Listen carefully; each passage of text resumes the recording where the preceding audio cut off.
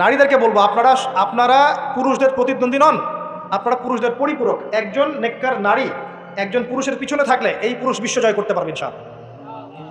পরে আসেন নূহ আলাইহিস সালাম, তার স্ত্রী কি ঈমান এনেছিল? ঈমান আনে নাই।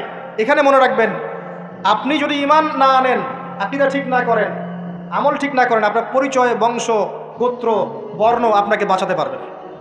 নূহ আলাইহিস সালামের স্ত্রী জাহান্নামে চলে গেছে, লূত আলাইহিস সালামের স্ত্রী জাহান্নামে চলে গেছে, যদিও তারা নবীদের আন্ডারে ছিলেন। আল্লাহর রাসূল সাল্লাল্লাহু আলাইহি ওয়াসাল্লাম তার মেয়ে ফাতিমা রাদিয়াল্লাহু আনহাকে বলেছেন, দুনিয়াতে যা চাওয়ার আমার কাছে চেয়ে নাও, পরকালে তোমার উপকার করতে পারছি না আমি। আর ফাতিমা রাদিয়াল্লাহু আনহা কেমন মানুষ ছিলেন আপনারা জানেন। তো আমি আমাদের মা বোনদেরকে অনুরোধ করবো, আল্লাহকে ভয় করেন, নিজের নফস ঠিক করেন, নিজের কবরের ফিকির করেন, আমল আকীদা ঠিক করেন।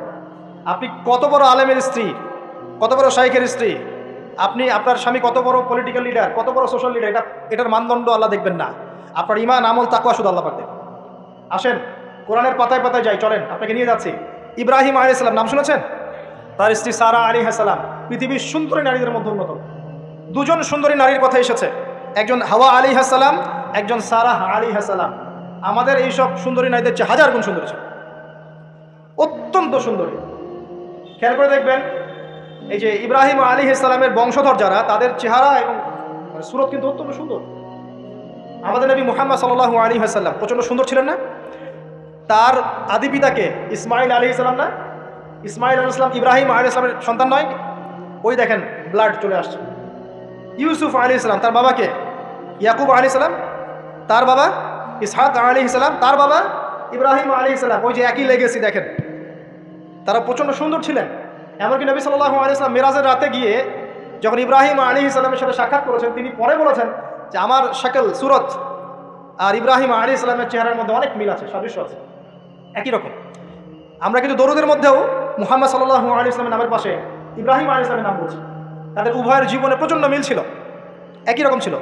পয়েন্টে আসেন, সারা আলাইহিস সালাম অত্যন্ত সুন্দরী ছিলেন। তিনি একাই তার স্বামীর সাথে বের হয়ে চলে গেলেন কোথায়? ওই যে প্যালেস্টাইন, যেটা এখন দখল করে রেখেছে এই জিউসরা। তার সাথে কেউ নাই, ইব্রাহিম আলাইহিস সালামের সাথে পরিবার নাই, সমাজ নাই, কেউ নাই, তার স্ত্রী আছে। একজন নেককার স্ত্রী সাথে থাকলে স্বামী বিশ্ব জয় করতে পারে। এই জায়গায় আমি ছেলে মেয়ে সবার জন্য হেদায়েতের কথা বলছি। মেয়েরা আমাকে অনেক অভিযোগ দিয়েছে, মেয়ে নিয়ে কোনো কথা বলি না ওয়াজের। আমি এখন কিছু কথা বলে শেষ করছি। সারা আলাইহিস সালাম যখন যাচ্ছেন, একজন লম্পট রাজা, মনে আছে, লম্পট একজন বাদশা তাকে ভোগ করতে চেয়েছিল, তুলে নিয়ে কিডন্যাপ করেছে। এ সময় ইব্রাহিম আলাইহিস সালাম মাজুর ব্যক্তি, নামাজে দাঁড়িয়ে গেছেন, আল্লাহর কাছে সাহায্য চাচ্ছেন। এটাই নবীর সুন্নাহ। কোনো সমস্যায় পড়লে নামাজে দাঁড়িয়ে যেতেন। আর আমরা এখন সমস্যায় পড়লে হাউমাউ শুরু করি, তাই না? আর এদিকে সারা আলাইহিস সালাম আল্লাহর কাছে দোয়া করছেন, আল্লাহ তুমি যদি জেনে থাকো আমি আমার সতীত্ব আমার স্বামী ছাড়া অন্য কাউকে দেই নাই, তাহলে আজকে এই জালেমের হাত থেকে আমাকে রক্ষা করো। হাত বাড়াতে না বাড়াতেই তার হাত অবশ্যই পড়ে গেছে। তিনবার চেষ্টা করেছে, তিনবার বেহুশ হয়ে পড়ে গেছে। এই সারা আলাইহিস সালামের মতো সতীত্ব রক্ষাকারী জেনারেশন কি এখন আছে? এখন তো নিজে নিজের সতীত্ব বিলিয়ে দিতে পারলে বাঁচে। এমনকি কেউ যদি নাও নেয় সতীত্ব, দেখা যায় যে নগ্ন ছবি তুলে ইমো, ফেসবুক, হোয়াটসঅ্যাপে আপলোড দিয়ে শেষ করে ফেলছে। তাই করছে না? ভিডিও কলে প্রেম হচ্ছে, আপনার এই যে গার্লফ্রেন্ড বয়ফ্রেন্ডের সাথে কফি খাচ্ছে, বিছানায় যাচ্ছে, রেডিং করছে। বিয়ের আগে সব শেষ, বিয়ের পরে যখন এরা কোনো ঘরে যাবে, ওই ঘরে কি সুখ আসবে, শান্তি আসবে? মা বোনদেরকে বলবো, আর আমাদেরকে খেয়াল রাখতে হবে, আমরা যেন আমাদের ঘরে সারা আলাইহিস সালামের মতো মেয়ে স্ত্রী তৈরি করতে পারি। আল্লাহ পাক তৌফিক দান। দেখেন সতীত্বের পাওয়ার, আল্লাহ পাক হাত অবশ করে ফেললেন। এবার ওই বাচ্চা হাদিয়া দিচ্ছে হাজারা আলাইহিস সালামকে, ঠিক আছে? হাজারা আলাইহিস সালামকে ইব্রাহিম আলাইহিস সালাম বিয়ে করলেন, কি জন্য করলেন? সন্তানের জন্য। বাই দ্য ওয়ে, এখন আবার একাধিক বিয়ে যদি কেউ করে ফেলে, তাকে সমাজে এবার বাঁকা চোখে দেখা হয়, তার মনে চরিত্র সমস্যা আছে। কিন্তু বিয়ে না করে বিয়ের আগে 10টা প্রেম করলে কোনো সমস্যা নেই, বিয়ের আগে 1000টা জেনা করলে কোনো সমস্যা নাই, পতিতালয় গেলে সমস্যা নাই, ফ্রি মিক্সিং গেলে সমস্যা নাই, গার্লফ্রেন্ডকে নিয়ে ঘুরতে গেলে ডেটিং করলে কোনো সমস্যা নাই। আবার বিয়ে করে ঘরে স্ত্রী থাকতেও বাইরে পরকীয়া করলে কোনো সমস্যা নেই। এগুলোকে আমরা উন্মুক্ত করছি, কিন্তু কেউ সাহস করে যদি কোনো বিধবার দায়িত্ব নেয়, কোনো তালাকপ্রাপ্তার দায়িত্ব নেয়, কোনো অসহায় দায়িত্ব নেয়, তাকে খারাপ চোখে দেখে। এই হলো আমাদের সাইকোলজি। অথচ আল্লাহ পাক এই বিধানটা দিয়েছেন কোরআন এবং সুন্নাহয়। যাই হোক, তার জন্য শর্ত আছে, শর্ত পূরণ না হলে করবেন না, কখনো ফরজ নয়। কিন্তু কেউ যদি শর্ত পূরণ করে করতে পারে, তাকে ডিসকারেজ কেন করতে যাবে? সমাজ চেঞ্জ হয়ে গেছে। হাজারা আলাইহিস সালাম, এখান থেকে আমি আমাদের মা বোনদেরকে এবং আমাদেরকে একটা হেদায়েতের কথা বলবো ইনশাআল্লাহ। হাজরা আলাইহিস সালামের ঈমান আমল তাওয়াক্কুল দেখেন, তার গর্ভে আল্লাহ পাক সন্তান দিলেন ইসমাঈল আলাইহিস সালামকে। এবার আল্লাহ পাক বলছেন রেখে আসো, কোথায়? ওই মক্কায় জনমানব শূন্য জায়গায় রেখে আসলেন। সাথে আছে সামান্য পানি, কিছু খেজুর রেখে আসছেন এবং ইব্রাহিম আলাইহিস সালাম পিছনে হেঁটে চলে যাচ্ছেন। হাজরা আলাইহিস সালাম বলছেন আইনা তাযহাবু ইয়া ইব্রাহিম, আপনি কোথায় যাচ্ছেন হে ইব্রাহিম? আপনি আমাদেরকে জনমানব শূন্য জায়গায় ফেলে কোথায় চলে যাচ্ছেন? ইব্রাহিম আলাইহিস সালাম কিচ্ছু বলছেন না, বুকের মধ্যে পাথর। স্ত্রী সন্তানকে জনমানব শূন্য জায়গায় রেখে গেলে কি ভালো লাগবে কেন? বুকের মধ্যে পাথর, চুপ করে আছেন। এক পর্যায়ে হাজরা আলাইহিস সালাম বলছেন আপনি কি আল্লাহর আদেশে এই কাজটা করছেন? তখন তিনি বলছেন হ্যাঁ, না, এতটুকু বলেছেন, আমি আল্লাহর আদেশে করছি। এবার এই দেখেন হাজরা আলাইহিস সালাম বলছেন যদি আল্লাহর আদেশে আপনি করে থাকেন তাহলে আল্লাহ কোনোদিনও আমাদেরকে ধ্বংস করবেন না। তাওয়াক্কুল। আমি আপনাকে বুঝাই, এখানে কোনো মানুষ নাই, কোনো খাবার নাই, কোনো পানিও নাই, তারপরেও তিনি বলছেন আল্লাহ ধ্বংস করবেন না। আপনি কি বুঝতে পারছেন কি অবস্থা? এবার খাবার পানি শেষ হয়ে গেল, সাই করছেন সাফা টু মারওয়া, মারওয়া টু সাফা, শুধু 1 ফোঁটা পানির জন্য। কাকে খাওয়াবেন? বাচ্চাকে। এই দৌড়টা আল্লাহ পাকের কাছে এত পছন্দ হয়েছে, কিয়ামত পর্যন্ত হজের মধ্যে আল্লাহ পাক রেখে দিয়েছেন এটা। আপনি সাই করছেন, এটা কার সুন্নাহ? হাজরা আলাইহিস সালামের। হজের ম্যাক্সিমাম কাজগুলি তাদের পরিবারের কেন্দ্রিক। জামরায় পাথর নিক্ষেপ করা, যে তাওয়াফ করছেন, মাকাম ইব্রাহিমে দাঁড়িয়ে নামাজ পড়ছেন, সব কিন্তু এই বংশের সাথে জড়িত। এই ইসমাঈল আলাইহিস সালাম এই হাজরা আলাইহিস সালামের গর্ভ থেকে এসেছেন। যেমন মা তেমন সন্তান। ইসমাঈল আলাইহিস সালামকে তার বাবা মানুষ করেননি, তাকে মানুষ করেছেন তার মা। বাবা কিন্তু অনেক দূরে প্যালেস্টাইনে, মাঝে মাঝে আসেন, মাঝে মাঝে যান। কথা বুঝতে পারছেন? এরকম মায়ের গর্ভ থেকেই এমন সন্তান পাওয়া সম্ভব, যেই সন্তানকে তার বাবা বলছেন যে ইয়া বুনাই ইন্নী আরা ফিল মানামি আন্নী আযবাহুক, হে আমার সন্তান আমি স্বপ্নে দেখেছি আমি তোমাকে জবাই করছি, ফানজুর মায়াদা তারা, তোমার রায় কি আমাকে বলো। এই বাচ্চা তখন বলছে, বাচ্চার বয়স 10, 12, 15, 16 এতটুকু হবে। সে বলছে ইয়া আবাতি, হে আমার বাবা, ইফআল মা তু'মার, আপনাকে যা আদেশ করা হয়েছে তাই করেন, সাতাজিদুনি ইনশাআল্লাহু মিনাস সাবিরিন, ইনশাআল্লাহ আপনি আমাকে ধৈর্যশীল পাবেন। যেমন মা তেমন সন্তান। মা বলেছে আল্লাহ আমাকে দেখবে, ওই দেখেন সন্তান জবাই করে দেন, আল্লাহ আমাকে ধৈর্যশীল পাবেন ইনশাআল্লাহ। এরকম স্ত্রী ঘরে ঘরে না থাকলে আমরা কি ইসমাইলের মতো সন্তান পাবো? যে স্ত্রীগুলোকে আপনি বিয়ে করছেন তারা কি আসলে এমন? বিয়ের সময় দেখেছেন আপনি শ্বশুরের সম্পত্তি, মেয়ের সৌন্দর্য, বা পালিয়ে করেছেন, অ্যাফেয়ার করে করেছেন, এখন বিয়ের পরে হাওমাও করছেন। বিয়ের আগে তো দিনদারিতা দেখেন নাই। আল্লাহ নবী কখনো বলেননি 4টা গুণ দেখে বিয়ে করো, হাদিসের শব্দ এমন নয়। ওলামায়ে কেরামকে জিজ্ঞাসা করেন 4টা গুণ দেখে বিয়ে করো নয় শব্দটা, 4টা গুণ দেখে সাধারণত বিয়ে করা হয়। 4টা গুণ দেখে সাধারণত বিয়ে করা হয়। সম্পদ, সৌন্দর্য, বংশ, দিনদারিতা। তোমরা দিনদারিতাকে প্রাধান্য দাও, না হলে তোমাদের হাত ধুলোয় ধূসরিত হবে। এখন দেখা যায় দিনী ভাইরা দিনদার ক্যাটরিনা কাইফ খুঁজতেছে। দিনদার মেয়ে চাই কিন্তু সুন্দরী লাগবে আমার। কেন? একটু অসুন্দর হলে আপনার চলবে না? আপনার স্ত্রীর কাছে যা আছে অন্য মেয়ের কাছে তাই আছে, এর বাইরে কিছু নাই। আর 2 দিন পরে, 1 বছর, 2 বছর, 3 বছর পরে, 5 বছর পরে গিয়ে দেখবেন সব সমান হয়ে গেছে। এই দেহের সৌন্দর্য থাকবে না। মনে তাকওয়া থাকলে, আল্লাহ ওয়ালা স্ত্রী হলে আপনি দুনিয়াতে জান্নাতে থাকবেন ইনশাআল্লাহ। দুনিয়াতে আপনি জান্নাতে থাকবেন ইনশাআল্লাহ। আর যদি ঘরে একটা বদকার স্ত্রী থাকে তাহলে আপনার দুনিয়া জাহান্নাম, দুনিয়া জাহান্নাম। অতএব বিয়ের আগে, বিয়ের সময় খুব কেয়ারফুল থাকবেন, আপনি দিনদার মেয়েকে প্রাধান্য দেন। এবং মেয়েদেরকেও বলবো দিনদার ছেলে ছাড়া বিয়ে করে না। অনেক বড় চাকরি করে, অনেক বড় ব্যবসা করে, এটা সেটা, নামাজ পড়ে না, এগুলো দেখছেন না, সুদের চাকরি করে, ঘুষ খায়, আপনি রাজি হয়ে যাচ্ছেন। এরপরে গিয়ে পস্তাচ্ছেন যে হুজুর আমার সংসারে অশান্তি, এটা সেটা। এখন তো পস্তায় লাভ নাই, বরং আপনার সন্তানও হবে ওই নাস্তিক প্রজন্মের মতোই। নাউজুবিল্লাহ। আমরা দুনিয়ার স্বার্থ খুব ভালো চিনি, দুনিয়ার স্বার্থকে ত্যাগ করে দিনকে অগ্রাধিকার দেন, আল্লাহ পাক কবুল করবে ইনশাআল্লাহ। এই হলো ইসমাঈল আলাইহিস সালামের মা। তিনি যেমন সন্তান তেমন এখানে আমাদের জন্য আদর্শ আছে। এখনও যদি আমরা দিনের বিজয় চাই, প্রত্যেক পরিবারের কর্তাকে হতে হবে ইব্রাহিমের মতো আলাইহিস সালাম, প্রত্যেক পরিবারের সন্তানদেরকে হতে হবে ইসমাঈলের মতো আলাইহিস সালাম, প্রত্যেক পরিবারের মা বোনদেরকে হতে হবে হাজরা সারার মতো, তবেই আদর্শ পরিবার হবে ইনশাআল্লাহ। আল্লাহ পাক আমাদের সবার পরিবার এমন করে দিন, আল্লাহুম্মা আমিন। এবং এটা অসম্ভব কিছু না, এটা সম্ভব। এটা করতে গেলে আপনাকে সরকার প্রশাসন বাধা দিবে না, আপনাকে পিটাবে না, কিচ্ছু করবে না। এটা আপনার উপরে, এটা আপনি করতে পারেন। এই ইসলাম সংশোধন আপনি করতে পারেন, চেষ্টা করেন। আল্লাহ পাক তৌফিক এনায়েত করুন। আর কয়েকটা আমি নসিহত করে শেষ করছি মেয়েদের জন্য। সেটা হচ্ছে এরপরে চলে আসেন মারিয়াম আলাইহিস সালাম। তার সতীত্ব এত পবিত্র ছিল, আল্লাহ পাক তাকে মিরাকেল বানিয়েছেন, তার গর্ভে ঈসা ইবনে মারিয়ামকে জন্ম দিয়েছেন। খেয়াল করে দেখেন, ফেরাউন, মনে আছে ফেরাউন? তার ঘরে একজন ইমানদার মহিলা ছিল না? নবী সাল্লাল্লাহু আলাইহি ওয়াসাল্লাম মেরাজে গিয়েছেন, সেখানে দেখেছেন বেশিরভাগ অধিবাসী জাহান্নামে নারী। এর মধ্যেও তিনি একটা সুগন্ধ পাচ্ছেন জান্নাতের। তিনি জিজ্ঞাসা করলেন এই সুগন্ধ কোত্থেকে আসছে? তখন জিবরাইল আলাইহিস সালাম তাকে জানিয়ে দিলেন, এটা ফেরাউনের সেই যে দাসী যাকে ফেরাউন হত্যা করেছিল ঈমানের কারণে, ওর ঘর থেকে, জান্নাতের সেই ঘর থেকে সুগন্ধ আসছে। ফেরাউনের ঘরেও মুমিনা নারী থাকতে পারে, তাহলে আমাদের ঘরে থাকতে পারে না? থাকতে পারে। ফেরাউনের ঘটনা মনে পড়লো যে মুসা আলাইহিস সালাম তার মা সন্তানকে ভাসিয়ে দিয়েছিলেন না সিন্ধুকে, মনে আছে? আল্লাহ পাক ওই সন্তানকে তার কোলে আবার ফিরিয়ে দিয়েছেন, মনে আছে? এখানে একটা শিক্ষা আছে। প্রিয় মা বোনরা, আপনারা যদি আপনাদের সন্তানকে আল্লাহর পথে দেন, আল্লাহ পাক আপনার চক্ষু শীতল করে দিবেন ইনশাআল্লাহ। ওই সন্তানকে ঘুরিয়ে এমন একটা অবস্থান দিয়ে আপনার কাছে নিয়ে আসবেন, আপনি ওকে দেখে পরিতৃপ্ত হয়ে যাবেন। এখানে নসিহত আছে। তিনি ভাসাতে পারছিলেন না, মন কাঁদছিল। আল্লাহ পাক মনটাকে কিন্তু নরম করেছেন, শক্ত করেছেন, মনটা শক্ত করেছেন। তারপরে আল্লাহ পাক ওখানে একটা ইলহাম করেছেন, তিনি ভাসিয়ে দিয়েছেন। তারপরে আল্লাহ পাক ওই সন্তানকে আবার তার কোলে ফিরিয়ে দিয়েছেন দুধ পান করানোর জন্য। ঘটনাটা পড়ে দেখেন। আপনি যদি আপনার সন্তানকে আল্লাহর পথে দেন, আপনার সন্তানকে যোগ্য করে আল্লাহ আপনার সামনে নিয়ে এসে দাঁড় করিয়ে দেবেন ইনশাআল্লাহ। আপনি দেখে চোখ শীতল করে ফেলবেন। আল্লাহর উপর ভরসা রাখেন।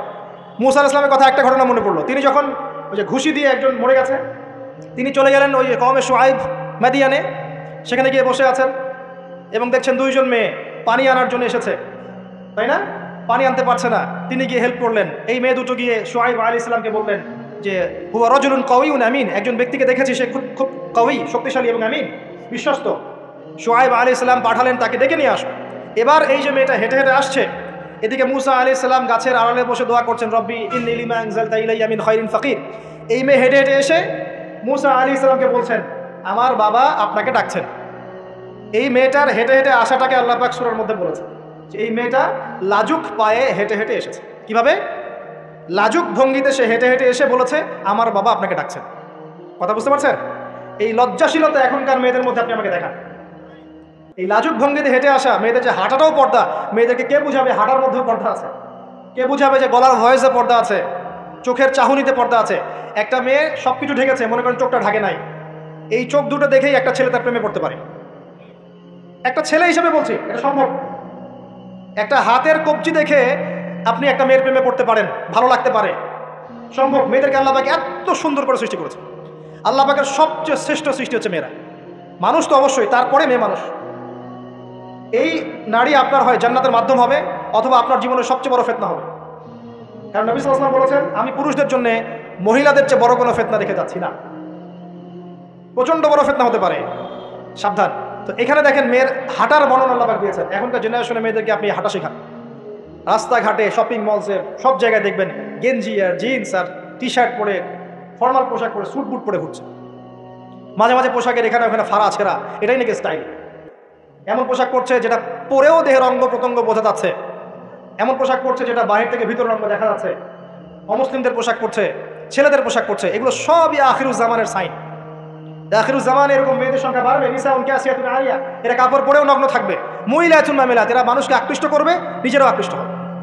এরা জান্নাতের গন্ধও পাবে না, যদিও জান্নাতের গন্ধ যোজন যোজন দূর থেকে পাবে। আখিরুজ্জামানের সাইন আপনি দেখবেন, মেয়েরা ছেলেদের পোশাক পরে ঘুরছে। এখন এই শুআইব আলাইহিস সালামের মেয়ের মতো এদেরকে কে লজ্জা শেখাবে? নাই লজ্জা শরমের বালাই। স্যার ক্লাস নিচ্ছে, সে গোল হয়ে বসে আছে, কোচিং করছে। টিচার গায়রে মাহরাম, সে ক্লাস নিচ্ছে, পড়াচ্ছে, গোল টেবিল করে বসে আছে মেয়েরা। দেখবেন কারো গায়ে হিজাব নাই, সালোয়ার কামিজ পরে ক্লাস করছে এবং দেহের অঙ্গ প্রত্যঙ্গ বোঝা যাচ্ছে। এবং কোনো কোনো সময় দেখবেন টিচারও সুযোগ নিচ্ছে, গায়ে হাত দিচ্ছে, বলছে ও তো আমার মেয়ের মতো। হ্যাঁ, আমরা তো ইউনিভার্সিটিতে পড়েছি। এরপরে খেয়াল করে দেখবেন টিচারের সাথে ছাত্রীর প্রেম হয়ে গেছে। কত মেয়ে যে রেপের শিকার হচ্ছে, মুখ ফুটে বলে না। যে কটা খবর আসে পেপার পত্রিকা, এগুলো খুব নগণ্য খবর, বাস্তবতা আরও অনেক কঠিন, পরিসংখ্যান অনেক বেশি, অনেক বেশি। মেয়েরা তো আর মুখ ফুটে বলবে না আমার সাথে এরকম অন্যায় করা হয়েছে। কিছু কিছু মেয়ে যখন বলে তখন আপনি খবর পান। অনেক মেয়ে প্রাইমারি স্কুল থেকেও, তারা প্রাইমারি লেভেল থেকে একদম বয়স যখন 10-15, এখান থেকে শুরু করে কলেজ পর্যন্ত ধর্ষণের শিকার হয়েছে, রেপের শিকার হয়েছে, গার্লফ্রেন্ড বয়ফ্রেন্ডের দ্বারা বা টিচারের দ্বারা, কোনো কোনো ক্ষেত্রে চলতে ফিরতে গুন্ডা মাস্তানের দ্বারা। এটা হচ্ছে ফ্রি মিক্সিং গ্রাউন্ড। ছেলে আর মেয়েকে আপনি একসাথে জড়িয়ে দিয়েছেন, এগুলো চলবেই। এখন অনেক সময় এমনও হয়েছে, মেয়ে পড়াচ্ছেন, চারপাশে গোল হয়ে বসে আছে ছেলেরা। আর তখন আমরা এমনও দেখেছি যে কলেজে মাঠের মধ্যে বসে আছে ছেলে মেয়ে একসাথে গোল হয়ে, গ্রুপ স্টাডি। মিথ্যা কথা বলছে? Group study. কলেজে আন্দোলনের সময় দেখেছি, কোনো দামিনী আন্দোলন হচ্ছে, দেখবেন যে এই যে ছেলে শুয়ে আছে মেয়ের কোলে মাথা দিয়ে, মনে হচ্ছে সে আমাদের স্ত্রী মনে হয়। এগুলো কি? এগুলো চলছে। এখন এখানে আপনি কিভাবে আপনার বাসায় পর্দা ধরে রাখবেন? কিভাবে সম্ভব? বেশি বেশি মেয়েদের যুগোপযোগী মাদ্রাসার প্রয়োজন। বেশি বেশি মেয়েদের ইসলাহি আলোচনার দরকার, মেয়েদের মধ্যে দাওয়াতি কাজের দরকার। এবং মেয়েদেরকে অনেক সময় দাওয়াতি কাজের অভাবে ভুল দাওয়াত দিয়ে বাড়ি থেকে বের করে দিচ্ছে, মাহরাম ছাড়া সফর দিচ্ছে। খেয়াল করে দেখেন, এমন অনেকও জামাত বেরোচ্ছে মাহরাম ছাড়া জেলায় জেলায় সফর, দলিল দিচ্ছে এটাও নাকি জিহাদ। নাউযুবিল্লাহ। কিভাবে হচ্ছে? কারণ আমরা যেহেতু ওদের দাওয়াতটা কমিয়ে দিচ্ছি, মেয়েরা মেয়েদের মধ্যে দাওয়াতি কাজ করছে না, দাওয়াত সংকীর্ণ, বেদাতিরা এবং ভ্রষ্ট যারা পথভ্রষ্ট এরা ওদেরকে ঘর থেকে বের করে দিচ্ছে, ইসলামের নামেও বোরখা পরিয়েও বের করে দিচ্ছে। খুব অবস্থা খারাপ, আপনি খেয়াল করেন দেখবেন এগুলো ধরতে পারবেন। তো এই বিষয়গুলো খেয়াল রাখেন, কোরআনের পাতায় পাতায় হেদায়েত আছে। আমি বললে অনেক লম্বা হয়ে যাবে, শেষ করছি এদিকে এসে। সর্বশেষ নবী আসেন মুহাম্মদ সাল্লাল্লাহু আলাইহি ওয়াসাল্লাম, তার জীবনে এই যে 23 বছরের মিশন, এই মিশনে সবচেয়ে বড় ভূমিকা কে রেখেছেন বলেন তো? তার স্ত্রী খাদিজা রাদিয়াল্লাহু আনহা। মক্কার 13 বছর মানুষ তাকে যতটা না বিশ্বাস করেছে, খাদিজা রাদিয়াল্লাহু আনহা শুরু থেকে তার পাশে ছিলেন। শেষ বয়সে গিয়ে নবী সাল্লাল্লাহু আলাইহি ওয়াসাল্লাম তার কথা বেশি বেশি বলতেন। আয়েশা রাদিয়াল্লাহু আনহা স্বভাবগত কারণেই, একটা মানবিক একটা মেয়েদের আচরণগত কারণেই জেলাস ফিল করতেন যে আপনি তার কথা বারবার কেন বলেন।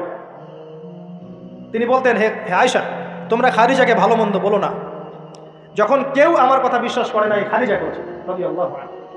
তিনি এমন একজন মানুষ ছিলেন যিনি তার প্রতিপত্তি, সম্পদ, সামাজিক খ্যাতি সবকিছু ইসলামের কল্যাণে ঢেলে দিয়েছেন।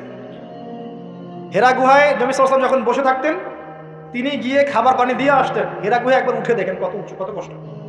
আমরা যুবক বয়সে উঠতে পারবো না, এখন সহজ, তারপরেও কষ্ট আছে। এখন না হয় সহজ, ওই সময় কি সিঁড়ি ছিল?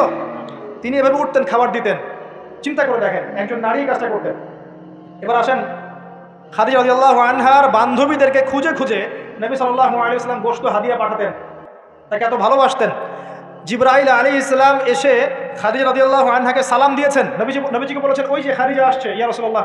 তিনি যখন আসবেন তাকে বলবেন যে জিবরাইল আলাইহিস সালাম তাকে সালাম দিয়েছেন, এবং আল্লাহ পাক তার জন্য জান্নাতে এমন একটা ঘর নির্মাণ করেছেন যেখানে কোনো হট্টগোল নাই, কোনো শোরগোল নাই। খাদিজা রাদিয়াল্লাহু আনহা, তার ইন্তেকালে নবী সাল্লাল্লাহু আলাইহি ওয়াসাল্লাম অত্যন্ত ব্যথিত হয়েছিলেন, অত্যন্ত ব্যথিত হয়েছিলেন। তার বয়স তখন কত? 23। খাদিজা রাদিয়াল্লাহু আনহার বয়স তখন 40, বিয়ের সময়। কোনো ছেলে কি সাধারণত এত বছরের মানে মহিলাকে বিয়ে করতে চাইবে? নবী সাল্লাল্লাহু আলাইহি ওয়াসাল্লাম করেছেন। তাদের মাঝে এত হৃদ্যতা, ভালোবাসা ছিল যেটা অন্য কোথাও ছিল না। হ্যাঁ, পরবর্তীতে আয়েশা রাদিয়াল্লাহু আনহার ক্ষেত্রেও নবী সাল্লাল্লাহু আলাইহি ওয়াসাল্লাম বলেছেন যে আমার মন আয়েশার দিকে বেশি টানে, এই কারণে তোমরা আমাকে ভৎসনা করো। মানুষের মন সব দিকে সমান তো হবে না, কারো দিকে একটু বেশি ঝুঁকবে, এই জন্য তোমরা আমাকে ভৎসনা করো। আয়েশা রাদিয়াল্লাহু আনহা যতগুলো হাদিস আপনি জানছেন, এর মধ্যে ম্যাক্সিমাম হাদিস যে কয়েকজন রাবি বর্ণনা করেছেন তার মধ্যে একজন হচ্ছেন আয়েশা রাদিয়াল্লাহু আনহা। এই ঘরের হাদিসগুলো কার থেকে জানলেন? আয়েশা রাদিয়াল্লাহু আনহা থেকে। ইসলামের খেদমতে আয়েশা রাদিয়াল্লাহু আনহার যে ভূমিকা, আমাদের এই সেকুলার সোসাইটির সমস্ত নারীকে একত্রিত করলে কোনো খেদমত আসবে না। আসবে? তিনি স্বামীর অকৃতজ্ঞ হয়, লানত করে, অভিশাপ দেয়, বুক চাপড়ায়, মাতম করে, এবং আল্লাহ এবং তার রাসূলের অবাধ্য হয়। 4টা কারণ এসেছে মোটামুটিভাবে। মৃত্যুবরণ করলে কেউ তারা মাতম করে, গাত পাত থাপড় দেয়, চাপড়ায়, জামা কাপড় ছিঁড়ে ফেলে, অনেক ক্ষেত্রে এমন করে। এই কারণে মাইয়াতকে শাস্তি দেওয়া হয়, মা বোনদেরকে এটা ত্যাগ করতে হবে। এরপরে স্বামীর অকৃতজ্ঞ হয়, স্বামী সারা জীবন যদি তার জন্য কাজ করে, তার জন্য তার ভরণ পোষণের ব্যবস্থা করে, একদিন যদি কোনো কিছু ভালো না পায় বলে বসে সারা জীবন তোমার কাছে কিছুই পেল না। এবং বেশি বেশি অভিশাপ দেয়, ঝগড়া লাগলেই গালিগালাজ এবং অভিশাপ দিয়ে বসে। এই কাজগুলো যদি তারা ত্যাগ করতে পারে, ইনশাল্লাহ তারা বেশি বেশি জাহান্নামে যাবে না। তবে তাদের বেশি বেশি জাহান্নামে যাওয়ার বর্তমান মডার্ন একটা কারণ হচ্ছে ফ্যামিনিস্ট রেভলিউশন।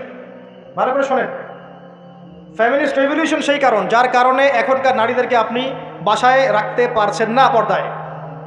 এর কারণে মেয়েরা বাইরে বের হয়ে যাবে, ফ্রি মিক্সিংয়ে যাবে, পর্দা ছেড়ে দিবে, নামাজ কালাম দেখবেন ঠিক ঠিকানা নাই, দেখবেন দিনের জ্ঞান অর্জন করবে না, বেশি বেশি হারাম রিলেশনশিপে লিপ্ত হবে, জেনা বাড়বে, ধর্ষণ বাড়বে, পরকীয়া বাড়বে, আস্তে আস্তে তারা জাহান্নামে। এটা হচ্ছে ফলাফল। এটাই সেই কারণ যার কারণে বেশিরভাগ নারী জাহান্নামে যাবে। খুব সতর্ক থাকবেন। কোনো কোনো ক্ষেত্রে দেখা যায় সামান্য দুনিয়ার স্বার্থে তারা নগ্ন হয়ে মডেলিং করতেও দ্বিধাবোধ করছে না, নগ্ন হয়ে ফিল্মগুলোতে কাজ করতেও দ্বিধাবোধ করছে না, ইজ্জত বিলিয়ে দিয়ে টাকা কামাই করতে দ্বিধাবোধ করছে না। কোনো কোনো ক্ষেত্রে দেখা যায় এগুলোকে তাদের ব্রেন ওয়াশ করা হয়েছে, এগুলো সামাজিক সোসাইটির মধ্যে এগুলো আপনার ডিগনিটির মাধ্যম, সম্মানের মাধ্যম, এগুলো বলা হচ্ছে। এই বিষয়গুলো খেয়াল রাখবেন, এই বিষয়গুলো খেয়াল রাখবেন আল্লাহর ওয়াস্তে। এগুলো সম্মানের মানদণ্ড নয়। সম্মানের মানদণ্ড আপনার ঈমান, আমল, তাকওয়া এবং আপনার সতীত্ব। একবার সতীত্ব চলে গেলে কখনো ফিরে আসবে না। আল্লাহ পাক বোঝার তৌফিক দান করুন।